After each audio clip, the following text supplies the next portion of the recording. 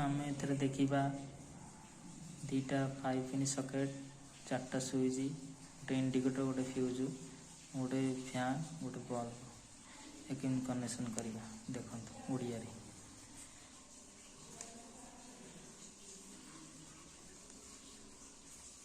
चार्टा switch की आम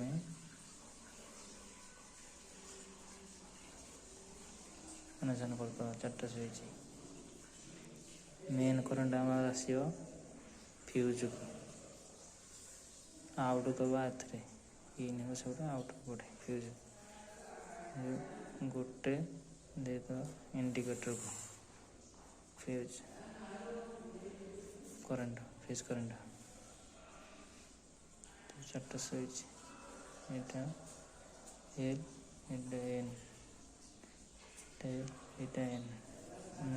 line line phase N neutral बोले इंडिकेटर गोटे न्यूट्रल बाहर करिया न्यूट्रल न्यूट्रल एटा फेज तो स्विच की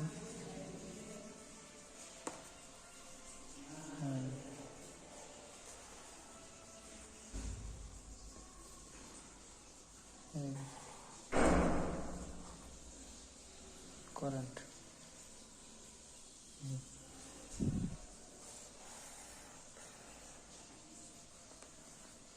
पॉजिटिव है ना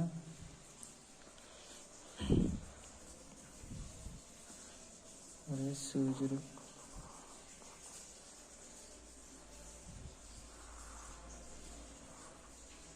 गोटे फैन को गोटे बल्ब को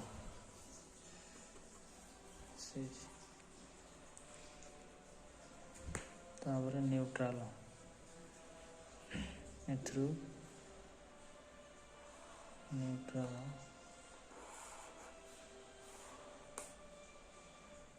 बल्ब गोटे न्यूट्रल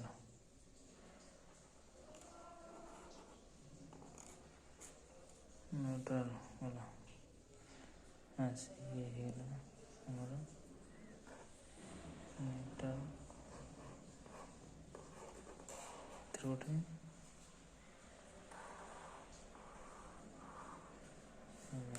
ये हमारा बोर्ड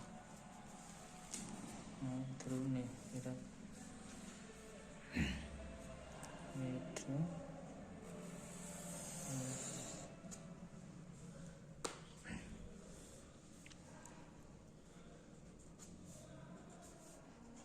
ऐसे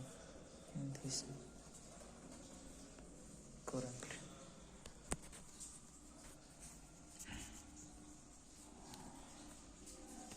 गोटे फ्यूज प्रथम आइला करंट फ्यूज पॉजिटिव स्विच आमर उपकरण से न्यूट्रल जोन आमर फेज करंट जो गोटे गोटे इन गोटे आउटपुट देखो कनेक्शन है न बुझार कमेंट कर इंडिकेटर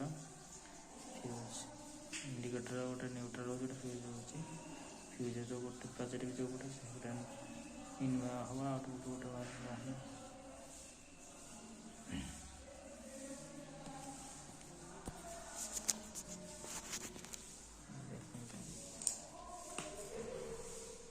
मोर 5 पिन सकेट 5 गोटे रोचे लाइन गोटे लिखाई तो से 5 पिन सकेट वाला स्विच की अरे पड़े सी लाइन गोटे स्विच की गोटे गोटे बल्ब गला गोटे तार पचड़ी तार गोटे गला फैन गला आउ जो रहा यार मोर न्यूट्रल जोड़ी डायरेक्ट न्यूट्रल जोड़ी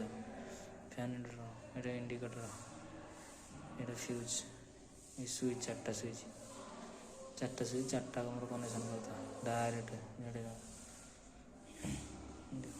ये बढ़िया बोर्ड बनइबी।